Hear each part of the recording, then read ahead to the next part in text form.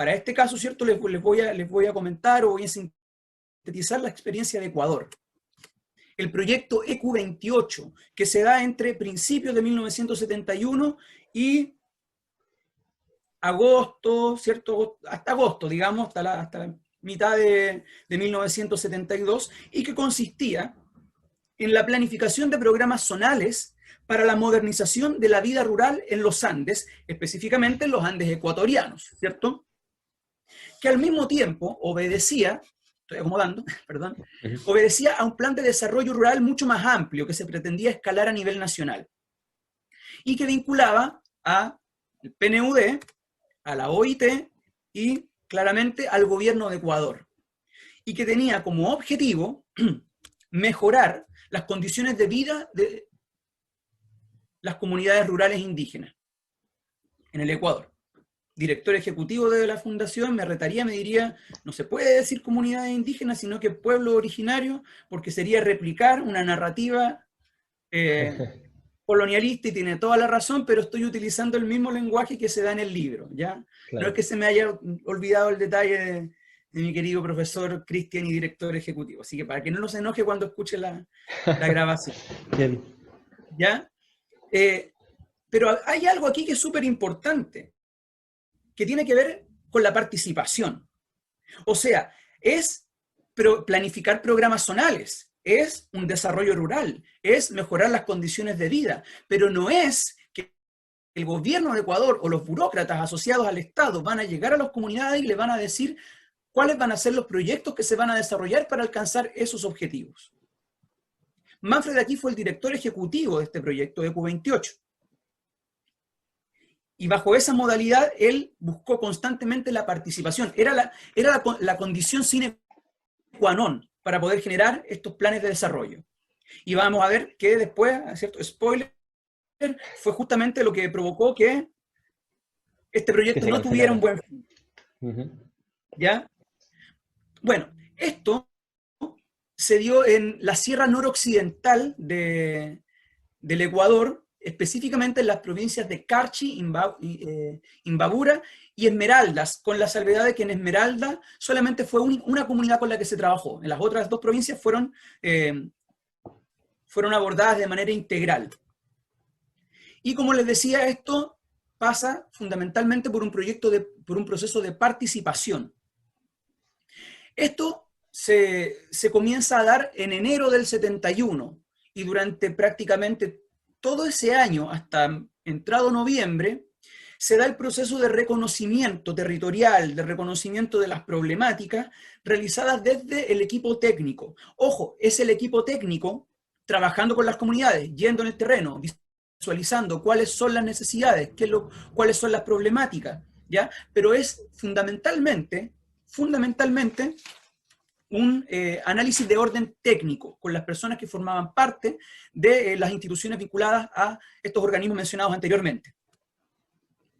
En enero del 72, o sea, después de tener ya el diagnóstico técnico inicial, se comienza a preparar lo que es la estrategia y metodología para lo que va a ser la planificación del plan de desarrollo.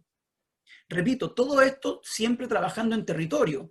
Y analicemos, por favor, recordemos que toda esta zona andina, la sierra, ¿cierto? Toda esta geografía es súper accidentada, así que vayamos imaginándonos lo difícil que es interactuar con tres comunidades, ¿cierto? Intentando generar un diagnóstico e intentando promover una metodología de trabajo común, sobre todo también con tensiones de carácter social y territorial que él describe dentro de la economía descalza. Habían conflictos también en los territorios, entre las mismas comunidades. ¿Ya? Y eso es obvio, porque somos seres humanos y los seres humanos tenemos esa naturaleza, ¿cierto? Juntamos a 10 personas y es natural que después de un tiempo de compartir se generan ciertas tensiones. Eso es muy evidente. Y sobre todo si esto tiene una correlación con la carencia. Ahí, en ambientes de carencia todavía se refuerzan más las tensiones. Bueno, mientras se estaba dando este proceso de generación de estrategia y metodologías participativas, se produce el golpe de Estado en Ecuador que ralentizó bastante la operatividad del proyecto. porque llegan las nuevas autoridades, ¿cierto? Con este sistema vertical, pararon todas las operaciones y exigieron que se documentara y que se transmitiera todo lo que se había hecho en el proyecto. Y ahí, obviamente, se dio una pausa y se tuvo que esperar el nuevo visto bueno de las nuevas autoridades, que, a pesar de la circunstancia y ante la sorpresa del mismo Manfred, se sintieron súper optimistas en torno a esa metodología. Las autoridades, ¿cierto?, respaldaron el proyecto y dieron marcha adelante. Y de ahí viene una etapa súper importante que tiene que ver con el diagnóstico sentido. Cuando hablamos de diagnóstico sentido, ya vamos a comenzar a hablar de lo que las propias comunidades, las propias personas que viven ahí, diagnostican como problema, colocado con sus propias palabras, inclusive con faltas ortográficas, con vicios del lenguaje, pero ahí, ¿cierto? Desde la visceralidad, desde la guata, como decimos acá en Chile. Guata del estómago, desde adentro, sin una racionalidad de por medio. Todo lo que aparezca ahí, claro, en este caso los técnicos tenían que hacer el canal comunicativo, tenían que saber transmitir, tener la sensibilidad necesaria para que ese diagnóstico sentido desde el ser, no tanto desde lo técnico, pudiera llevarse a un punto técnico porque tenía que ser validado por la burocracia, ¿cierto? Entonces, debía existir este tránsito semántico, este tránsito comunicacional. Este es el diagnóstico sentido, y ahí es bien interesante porque se van dando cuenta de las problemáticas y van generando soluciones endógenas. Y dentro de esas soluciones endógenas se promueven lo que serán los encuentros regionales, porque hasta el diagnóstico sentido todavía ha sido atomizado. Recordemos que son tres provincias y cada provincia con distintas comunidades, por lo tanto, todos estos trabajos de diagnóstico técnico y diagnóstico territorial de sentido había sido realizado con las comunidades de manera atómica. Y después se habían sistematizado y se habían condensado, consolidado en un informe final.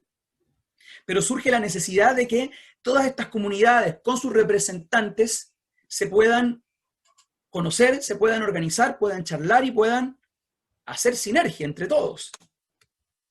Bueno, en estos encuentros regionales que se realizan entre julio y agosto del 72, participaron más de 300 campesinos. Entre medio se fueron generando más de 270 procesos electorales para determinar cuáles iban a ser los representantes de los campesinos, pero el representante de los campesinos debía ser un campesino. Ya, para que vayamos entendiendo más o menos la dinámica del proceso de conformación de la organización territorial.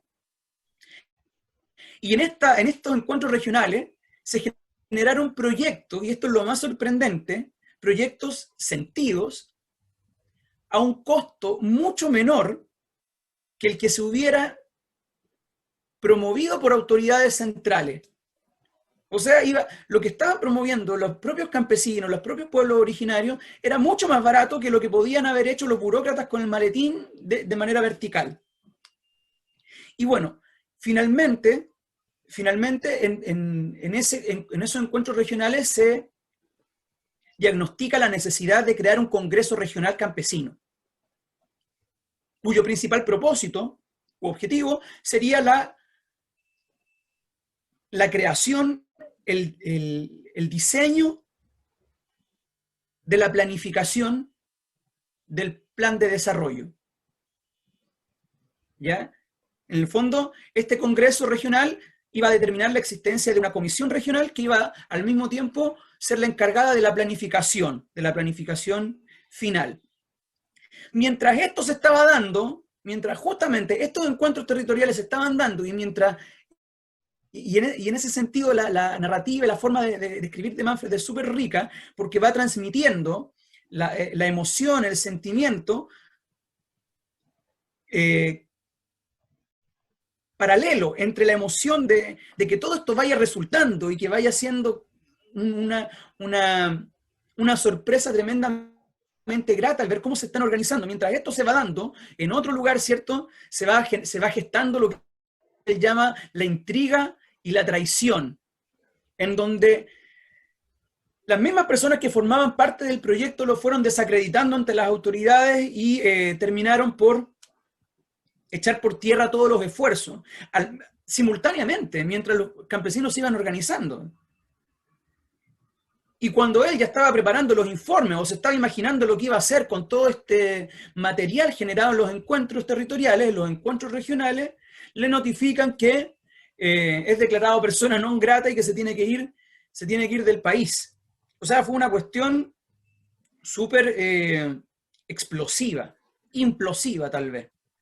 Y ahí, bueno, claramente se termina todo este proceso y que en ese libro Manfred declara que para él, en ese momento, y yo recuerdo que en clases también lo debe haber mencionado, debe haber sido uno de los momentos más tristes de su vida, de mayor contraste emocional, porque claro, estaba en la cúspide, estaba ahí en el pico de la montaña en términos emocionales, de ver sorprendido cómo esto tenía un resultado mucho mayor que el que él esperaba, y cuando él quería continuar con esto, se produce este quiebre en donde todo lo que se generó después se desperdició, ni siquiera se consideró para las futuras autoridades y, bueno, claramente las condiciones de vida no se pudieron mejorar para todas las personas que estaban involucradas dentro de este proyecto que, recordemos, era un plan piloto que tenía la intención de ser escalado a nivel nacional. Bueno, en la economía descalza también está la descripción del proyecto Tiradentes en Brasil, pero bueno, en vista y consideración del tiempo, me parece que este es un buen ejemplo, más los que va a colocar Lina después, para ver de qué manera todos los principios teóricos, la crítica, la formulación de ideas se va territorializando, se va bajando, determinando que estas no sean utopías, no sean unos sueños locos, sino que son formas efectivas de organización territorial.